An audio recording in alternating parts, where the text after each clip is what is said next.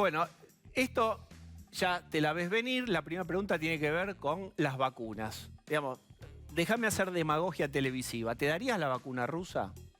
Mira, a mí me parece muy importante, sobre todo porque la gente necesita tener toda la información lo más transparente y clara posible para también tomar sus decisiones, porque esto va a ser una decisión autónoma de las personas, ¿no es cierto? Dado que no va a ser obligatoria. Me parece muy importante ser bien claro en la información que hay. Todas las vacunas han ido una serie de procesos, han ido cumpliendo una serie de procesos. Hay 11 vacunas que han pasado fase 3. De ellas hay algunas que están muy cerca de llegar a lo que se llama un punto intermedio. Y esto hay que explicarlo muy bien, porque los puntos intermedios no es una aprobación de la vacuna, es una aprobación de emergencia de la vacuna. Y esto hace a después, cuando discutamos para quiénes hay que aplicársela y quién se la aplicaría. Pero digamos, tenemos varias vacunas cerca del punto intermedio. La primera de Pfizer, que abrió la información y dijo, llegué al punto intermedio. La FDA, que es el organismo americano, está analizando si verdaderamente lo alcanzó. Todavía le queda, tiene que seguir 1 o 2 meses más. Así que por eso es que no hemos tenido mucho avance de información científica, solamente tenemos un reporte periodístico de Pfizer. Y sobre ese reporte periodístico hubo segundo reporte periodístico del grupo ruso, diciendo que ellos también habían alcanzado el punto intermedio, información científica que no hemos podido ver tampoco. Pero ¿vos distinguirías entre hasta dónde llegó Rusia y Pfizer? ¿Son diferentes o no? Es que no lo sabemos. Pfizer ha dicho 90% de No, pero eso es otra efectividad. cuestión, porque una cuestión es, vos te propones 40.000 personas, seguimiento 6 meses y 2 años. Entonces, no pasaron, ni se reclutaron los 40.000, ni pasaron los 6 meses y los 2 años. Lo que se hace es un corte intermedio suficientemente seguro para hablar sobre eficacia y seguridad. Pero es importante que son vacunas que van a aprobar por emergencia porque no han cumplido toda la fase 3, aún ninguna. Entonces, dado que va a ser una aprobación de emergencia, hay que ser muy cuidadoso cómo uno presenta la información. Al día de hoy, para ese corte intermedio, hay reglas internacionales de qué es seguro, en qué momento cortar. La eficacia del 90% no sabemos si ha cumplido esos niveles de seguridad porque de hecho no hemos podido ver la información. Con lo cual yo diría, al día de hoy, ninguna vacuna ha hecho un corte interino, que se llama técnicamente así, suficientemente validado internacionalmente o por grupos de evaluación, como para decir, están los resultados para ver. O sea, esto no llega en diciembre o los primeros días de enero, uno infiere cuando te escucha. Bueno, digamos, yo quiero hablar con claridad a la gente porque el peor escenario es una expectativa que no se cumpla, ¿no? Entonces, lo que yo puedo decir es de lo que observamos nosotros, y nosotros no somos entidad regulatoria. Yo leo las revistas científicas y luego los recortes periodísticos igual que ustedes. Lo que observamos es que no hay ninguna demostración al día de hoy que alguna de las vacunas haya alcanzado el punto adecuado, reporte intermedio, para poder abrir la información y que la podamos ver. De hecho, no hay ninguna información abierta hasta el día de hoy. Entonces hay que ser prudentes. Seguramente las vacunas tienen buena expectativa de funcionar y aparentemente las próximas semanas irán abriendo los reportes intermedios suficientemente seguros. Pero hoy, si vos me preguntas qué vacuna te aplicarías, la que demuestre en un reporte intermedio apropiados resultados. Pero no tenés prejuicio con Viste que acá todo se ideologiza, se puede... No tenés prejuicio con la vacuna rusa. De ninguna manera tengo prejuicio. Lo que hay es un juicio sobre cierto nivel de debate de la fase 1 y fase 2 y necesitamos hacer un juicio sobre la información que abras de la fase 3. Porque, digamos, aquí el peor escenario es prejuzgar. Nosotros lo que necesitamos hacer es ver la información concreta y no la hemos podido ver todavía. Pero me parece importante la otra cosa que vos decías, Diego, si me permitís, es aclararle a la gente. Seguramente en los primeros meses del año que viene, en el primer trimestre, tendremos con claridad qué vacunas han cumplido estos reportes intermedios de suficiente calidad, tendremos con claridad cuál es la eficacia y la seguridad del mediano plazo, del corto y mediano plazo de las vacunas, y allí empezaremos la política de vacunación rápida, efectiva, que seguramente organizaremos todas las jurisdicciones con la colaboración de Nación. Ahora, perdóname un segundito, un comentario, pero hay que saber que, digamos, la vacunación a los grupos de riesgo, como va a ser la Argentina en la primera etapa, no evita el rebrote. Lo que hace es que si ocurre el rebrote, genere el menor daño posible. Es decir, la gente que más se daña o que potencialmente fallece esté más protegida. Pero al rebrote hay que cuidarlo con las políticas de rastreo, testeo, investigación epidemiológica, que la ciudad las está intensificando semana a semana, y hay que cuidarlo con el diálogo franco con la ciudadanía y la construcción de un camino de cuidado conjunto. Es decir, cómo vamos a retomar y cómo estamos retomando la actividad diaria, las cosas que queremos hacer cada uno de nosotros, de una manera con alguna diferencia, de tal modo que nos cuidemos. Está bien, lo que vos decís, vacuna no mata barbijo, no es que ahora sí llevamos todos nuestros barbijos a Plaza de Mayo y los tiramos y nos olvidamos y esto terminó para siempre. Sino que vamos a convivir largo tiempo aún llegando la vacuna, que vos decís no estará dentro de la cajita navideña de la sidra, el pan dulce y la garrapiñada y viene la vacuna. No habrá para Navidad una vacuna. No operativa para aplicar, veremos si hay algún corte técnico que podamos evaluar. Espérate que en la fila número celeste tenía Pablo de León. Ahora, yo digo, te pido un juicio porque digo, el que dijo que podía haber vacunas en diciembre fue ni más ni menos que el presidente, digo. O sea que no es que estamos nosotros periodísticamente delirando, sino, digo, el presidente habló de adquirir eso. Ustedes en la ciudad, ante esto, vamos a suponer que la vacuna aparece diciembre, enero, ¿van a hacer un plan de vacunación propio o ustedes se van a atar a lo que diga la nación? Digo, porque ustedes tienen una realidad de cómo han manejado esto, pero también tienen una cuestión de diferencias en el último tiempo con el gobierno nacional. Yo te diría, las diferencias técnicas con el Ministerio de Salud de la Nación son relativamente pocas. En general tenemos grandes coincidencias y dialogamos esas diferencias. Pero déjame volver a tu comentario inicial, Pablo. Digamos, porque es muy importante no confundir. ¿Qué contratos vas a hacer para tener opción de comprar todas las vacunas posibles? Cosa que yo he festejado desde el primer día que me enteré lo que está haciendo el Ministerio de Salud de la Nación y el Gobierno Nacional, de tener todas las opciones abiertas como primer medida. La segunda medida, en qué momento cada uno de esos fabricantes te promete que te puede dar la vacuna, que entiendo que es lo que dijo el presidente, se lo prometieron para diciembre. Y la tercera, la información técnica científica de qué vacuna aplicarías, de qué manera. Y para eso nadie puede dar resultado porque nadie los tiene al día de hoy. Entonces, separaría lo que dijo el presidente, que es en diciembre me prometieron esta cantidad de vacunas, con una fabricación ya sea en India, en Corea o en China, donde las pueda hacer, porque no va a ser en Rusia. Claro. Y diferente es si esa vacuna, al momento que nos la puedan proveer, hay información científicamente válida para decir esto es para aplicar a millones de personas. Son dos cosas bien diferentes. Yo hablo sobre la cuestión técnica y no sobre la cuestión de adquisición de la vacuna. Adri. Sí, le agrego un factor más que es la aplicación de la vacuna. Este año el gobierno de la ciudad festejó un récord histórico de vacunación antigripal de más de 250.000 personas. Igual eso que plantean como un récord histórico parece poco a las expectativas que hablan de 10 millones de personas. Digo, la ciudad tiene 80 y tantos vacunatorios. Eso tampoco alcanzaría para vacunar en la escala que se plantea. ¿Cuál es la realidad de lo que se puede llegar a vacunar, aun que estuvieran, ¿no? Aun cuando estuvieran las vacunas, las compramos? La mejor opción. Sí. O sea, ¿cuánto tardamos en vacunar y a cuánta gente? Bueno, contestándole a Pablo y a vos al mismo tiempo, si te parece, me quedó una pregunta de Pablo. Nosotros no vamos a hacer una política de vacunación diferente a lo que se haga en la Argentina, con lo cual vamos a acordar con el Ministerio de Nación qué vacuna y para qué indicaciones. Eso, entonces, no es que se compra la vacuna rusa y Ciudad compra AstraZeneca o se compra no se pueden separar los municipios o los distritos. Ciudad no se puede separar en la compra general de vacunas. Desde el punto de vista legal, una provincia desde cualquiera. El punto de vista legal no se puede, pero además nosotros no estamos de acuerdo en esa estrategia. Bien. Creemos que la Argentina es un país que es una nación a la cual hay que tener una aproximación técnica apropiada. Hay un grupo de expertos en Nación, en la Comisión Nacional de Vacunación, que es de altísimo nivel, que lo componen incluso algunos expertos que asesoran a mi propio ministerio, así que nos vamos a poner de acuerdo en cómo es. Y luego, contestándote sobre la estrategia de vacunación, la Ciudad de Buenos Aires hemos estimado, de acuerdo a los datos de historia clínica electrónica y a los criterios que potencialmente serían para la vacuna, unas 920.000 personas que deben vacunarse. Nosotros tenemos la capacidad de montar un sistema para vacunar a esas personas en el tiempo de la doble dosis, porque lo importante es, vos tenés 3 semanas para vacunar a todo el mundo para luego empezar nuevamente en las otras 3 semanas, ¿no es cierto? Y estamos diseñando toda la estrategia de vacunación en la ciudad, que será diferente según la vacuna que tengamos, por el periodo de esa interdosis, pero también por el tipo de logística y de frío. Pero eso son casi 1.200 personas por cada vacunatorio. No, nosotros podemos ampliar el número de vacunatorios a lo que tengamos en el plan. De hecho, usamos 80 la vez pasada y te corrijo un mínimo dato, dimos 550.000 dosis de vacunas, que fueron a 360.000 personas.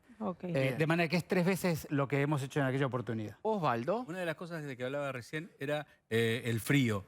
Estamos enterándonos ahora que las vacunas tienen que tener mucho frío. Las que se dan habitualmente, ¿tienen mucho frío? No, las vacunas habitualmente se manejan a una temperatura entre -2 y +8, es decir, a una temperatura de una heladera común con cierto cuidado médico. Esto sería más.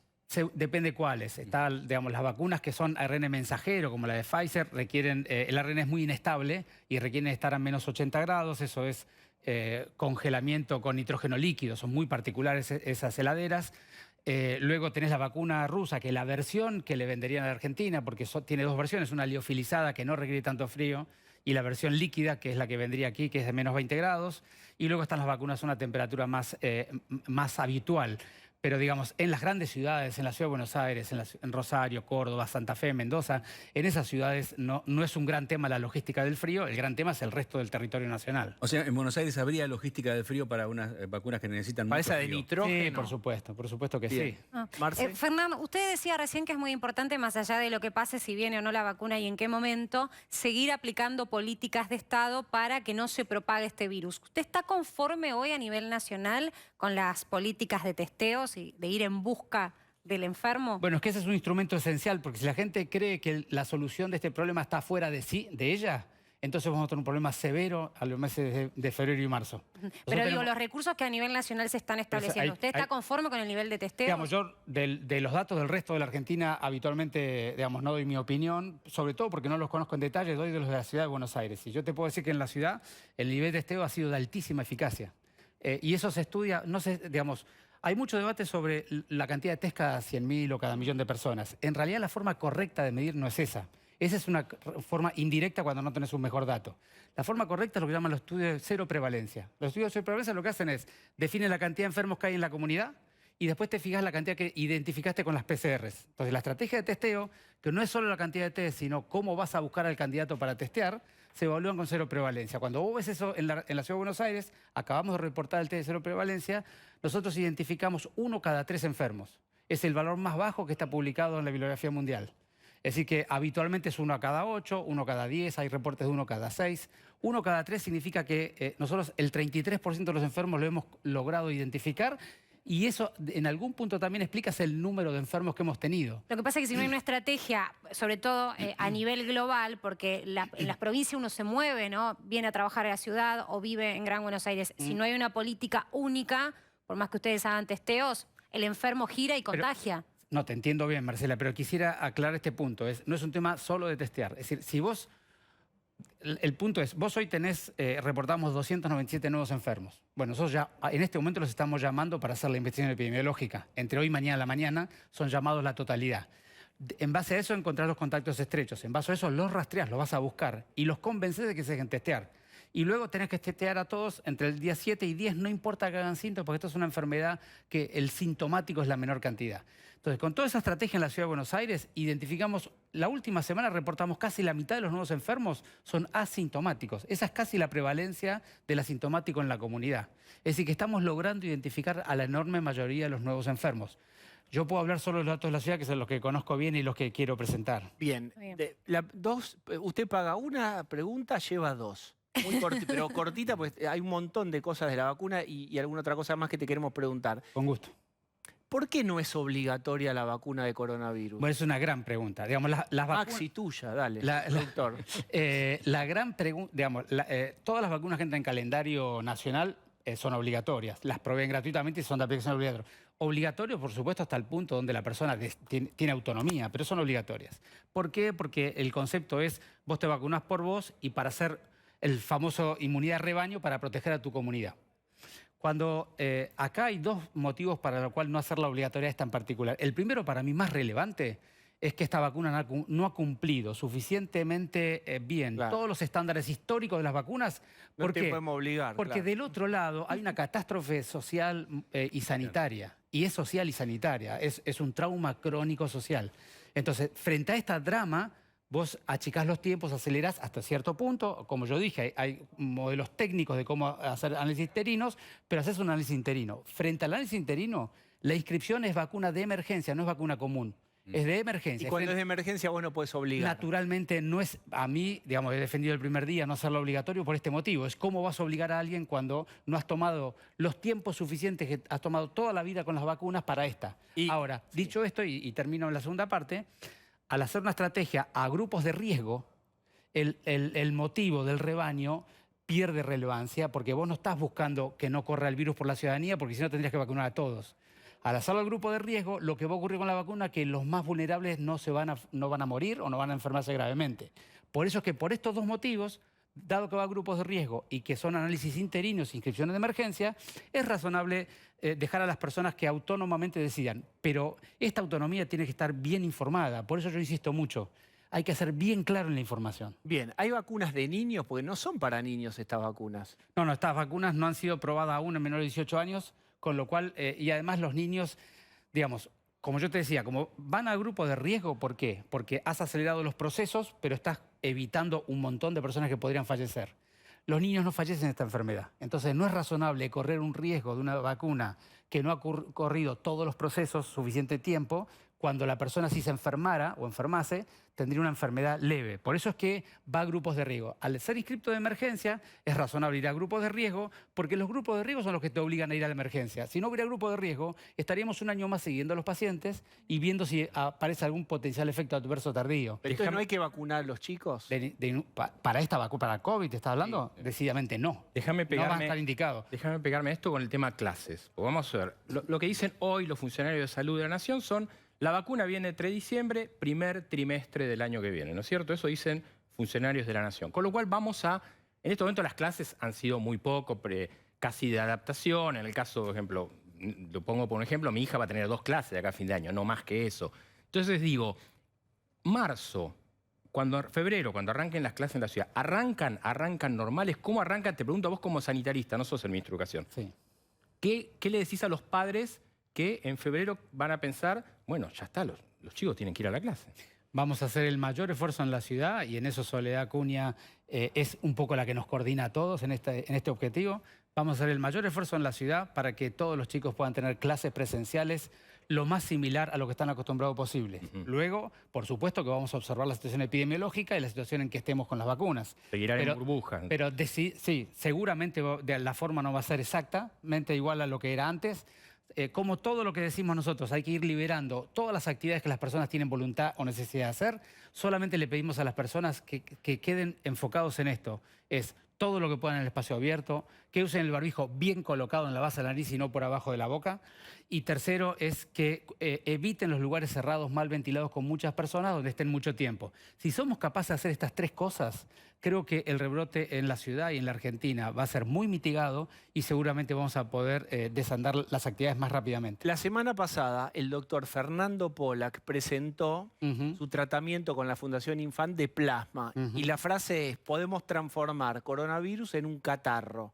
¿Cuál es tu opinión sobre eso? No, ¿Podría instrumentar ya? Primero, gran trabajo de Fernando y todo el equipo, básicamente porque tuvieron claro desde el primer día en qué momento de una enfermedad viral que tiene una etapa de daño por el virus y otra etapa de daño por tu propia inmunidad, en qué momento hay que dar un antiviral, como es el plasma, en el momento muy precoz, los primeros 3 días. Y eso no solamente demostró que el plasma es útil sobre todo en los grupos de mayor riesgo, ¿no es cierto?, sino que además abre una puerta para todos los demás tratamientos antivirales, por ejemplo, el suelo inmune, equino hiperinmune o los monoclonales que se han usado algunos en Estados Unidos.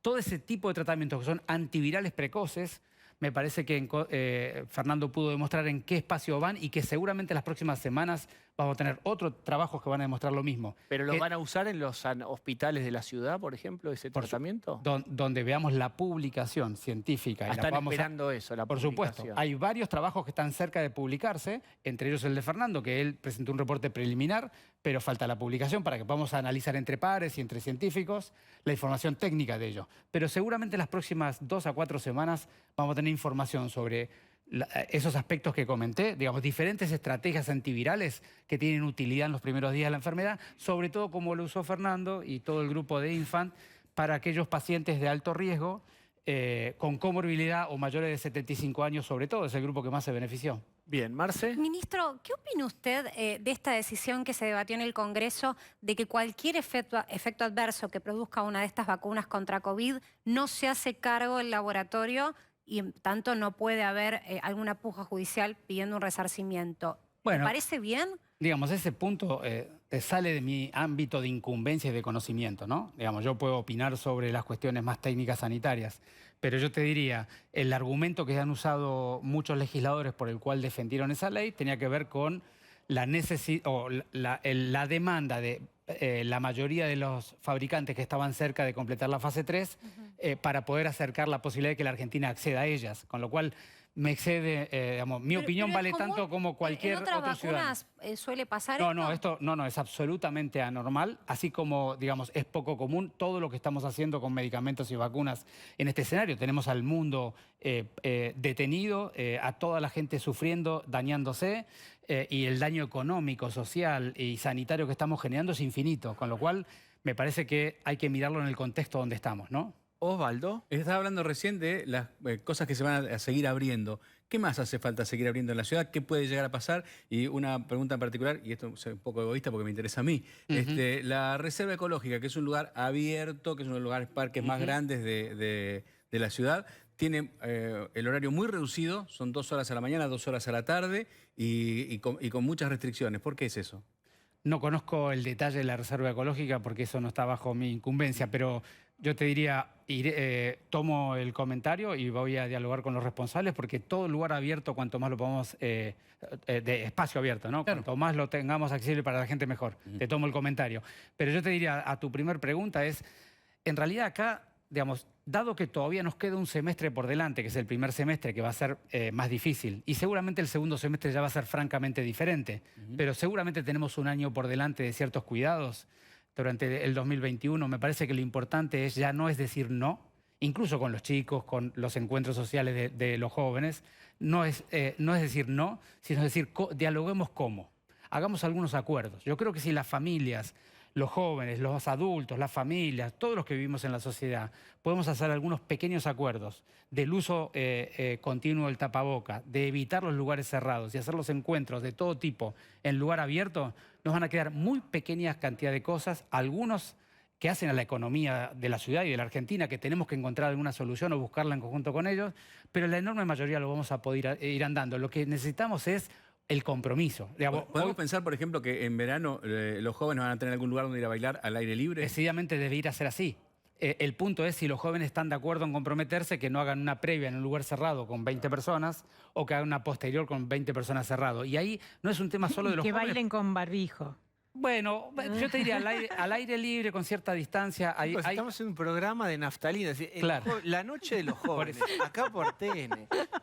¿Cómo es los jóvenes? ¿Qué estás planteando? Que vayan con barbijo. No, que digo, también, aún estando en lugar abierto, tenés que seguir usando el barbijo. Acá el punto para Aunque mí es, vayas a bailar, eso es lo difícil. si como padres o hermanos o convivientes somos capaces de dialogar y hacer acuerdos. Y eso es un poco, yo lo hablo con mis hijos permanentemente, es tenés voluntad de hacer tal cosa, ¿qué acuerdos vamos a hacer para hoy? Decime algo que te dicen tus hijos y decís, basta, acá no sos el ministro, acá Bueno, sos solamente un El padre. 24 de diciembre. Acá sos solamente el papá nuestro y hasta ahí. ¿En qué te desafían? No, Hasta ahí no. Mi vínculo con mis hijos no es desafiante, a pesar de que tengo hijos en etapa adolescente, mi vínculo con mis hijos es muy de dialogarlo.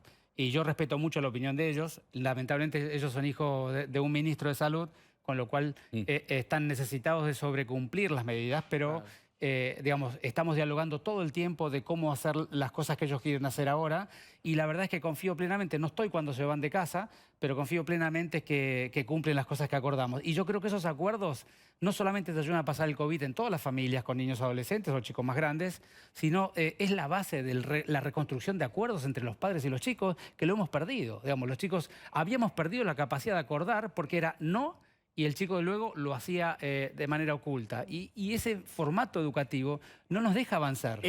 Me encanta este tema. Hagamos un zoom ahí. ¿Cómo tiene que ser un acuerdo? ¿Con explicación, Por ejemplo, con argumentación? ¿Cómo es? No, digamos, primero yo le cuento los escenarios que son peores y los escenarios que son mejores. Y él me cuenta hasta dónde puede cumplirlo, de acuerdo a su propia vergüenza social o su capacidad de sostener algo. ¿Qué es vergüenza social? Esta parte, encontramos una parte buenísima. Estar en un baile. Ahí, ¿viste? Decís, encontramos ahí un diamantito, dale. Estar en un baile con chicos y chicas entre 15 y 25 años y ser el único que tiene un barbijo puesto, Claro. es un poquito estigmatizante. Claro. Entonces, digamos, hay que Eso dialogar sobre preguntaba. eso. Entonces, ¿qué podés hacer? ¿Cómo te podés vincular? Si te sacaras el barbijo, ¿qué precauciones tenés que tomar? Por ejemplo, un punto que no es menor es el consumo de alcohol en este periodo. A ver. Porque el alcohol rápidamente baja todos los cuidados personales. Entonces, sobre eso hay que dialogar. Claro, se toma un trago o 2 tragos y al segundo trago no hay barbijo, no hay nada, no hay distanciamiento. Perdés el control de tu propio compromiso. Entonces los compromisos se tienen que poder sostener. Entonces sobre eso hay que dialogar. Y yo creo que, vuelvo a insistirte, no es tan importante para el COVID, como sí lo es, pero es sobre todo si somos capaces de reconstruir nuestro vínculo de acuerdos. Pero el acuerdo, vos estás poniendo el eje en una cuestión que es importante, es contame qué podrías cumplir, porque Pero- si no, yo te bajo un protocolo, es incumplible, está destinado al fracaso. Es que si vos le bajás un protocolo no es un acuerdo. Claro. Y entonces no hay compromiso de cumplimiento. Vos necesitas acordar. Lo mismo pasa con la política, con las dificultades laborales y sociales que tenemos todo el día. El acuerdo significa, te respeto tu mirada a pesar que no la comparto, veamos qué punto de encuentro podemos tener juntos. Eso es un acuerdo. Y de eso así se construye. Y así hemos como construido las políticas públicas en la ciudad. Fíjate que hemos tenido un nivel de cumplimiento enorme con Horacio, Diego, Felipe, todo el grupo de la ciudad ha tenido un cumplimiento enorme de las políticas que ha propuesto y muchas de ellas no estaban de acuerdo. ¿Cuántas personas han dicho, yo no acuerdo con lo que están proponiendo, pero entiendo y voy a cumplir todo lo que pueda lo que están proponiendo? Y nosotros hemos liberado lo más rápidamente que pudimos el espacio público, cuando ustedes saben muy bien, nos han criticado muchísimo sobre si éramos demasiado aperturistas o no, y siempre dijimos, el espacio abierto es el balanceo para la necesidad de cumplimiento de algunas cosas que si no ocurren de peor manera en el espacio cerrado. Bueno, desde que abrimos los espacios abiertos, la curva ha ido descendiendo. Es decir, que no estábamos tan equivocados. Bien, vos Sí, tenías yo algo? pregunto, ya que estamos hablando de las fiestas, yo quiero hablar de una fiesta que está la familia hablando, que es 24 de diciembre, 25, 30 31 y 1. ¿Qué hay que hacer? ¿Qué podemos hacer? ¿Cómo es la Navidad COVID? Claro. ¿Cómo es Bueno, una Navidad COVID? El escenario ideal, porque digo ideal porque apenas el 25% de las personas pueden tener esta comodidad, todo el resto no la va a tener. Claro. El escenario ideal es en un lugar abierto, en una mesa que no haya más de 8 o 10 personas, sobre todo no cruzar demasiadas cantidades de familias que no son convivientes, porque son 8 personas, pero son 6 de una familia y 2 de la otra, no hay ningún problema. Entonces, el espacio abierto, ese es el escenario ideal, y tomando algunos pequeños recaudos que son los habituales en los restaurantes, en los bares que ustedes pueden ver. Ese es el ideal, el que tiene un balcón, el que tiene una terraza, el que tiene un patio, un jardín, lo que sea. Y luego, para todos los demás, evitar al máximo número de familias. Idealmente, no más de 2, adentro de un departamento, en un lugar, y sobre todo, abrir puertas y ventanas. Que airearlo todo lo que puedan. Eso Oye, sería está el esta cosa camino. de, viste que como si fuera la última cena y después viene un meteorito y termina la Tierra. Estás solo, ¿por qué no venís con...? Siempre hay como Sí, los claro. rezagados, los agregados de las mesas y hay un montón de mesas largas. Te haces el Bueno, test hisopado, te traes el hisopado, como Claro, para no. viajar. No, Hay pero ahí muchos que la tocaste quieren pasar solo. tocaste Hay un muchos tema. también. ¿No puedes estirarlo hasta el 26? Tocaste un tema esencial, Diego. Sí. Es mesa larga, no.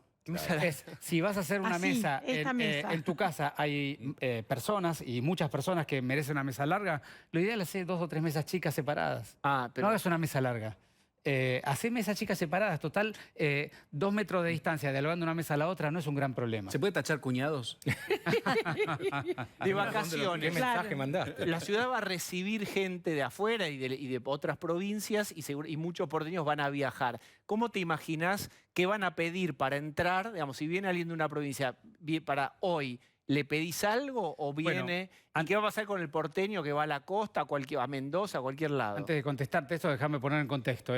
Si queremos trabajar en mitigar o evitar el rebrote que va a venir a la ciudad de la Argentina si no hacemos nada, si queremos trabajar en mitigar o disminuir el rebrote, el punto número uno que tenemos que trabajar es, desde el lado del gobierno, intensificar investigación, rastreo y testeo. Del lado de la ciudadanía, poder tomar los compromisos con el gobierno de cumplir estas pautas que estamos definiendo, que no hay más que estas. Ahora, dicho todo eso, en consecuencia de tu pregunta es qué vamos a hacer nosotros. A toda persona que venga a la ciudad la vamos a testear y la vamos a rastrear. Le vamos a hacer una PCR a toda persona que venga. Estamos terminando de completar la logística de eso, que es muy compleja, sobre todo para todas las personas que vengan a la ciudad en auto. Necesitamos la voluntad de las personas que nos quieran visitar, que cumplan la normativa. Nosotros la vamos a controlar para hacerla cumplir, pero también pedimos la colaboración de todos. Todo el que venga en avión, venga en tren, venga en colectivo o venga en auto, le vamos a ofrecer un testeo de PCR a la llegada con una toma de saliva que es sencilla, no es molesta, sobre todo para los mayores de 12 años, no para los niños. Y de acuerdo a la PCR le vamos a recomendar qué tienen que hacer.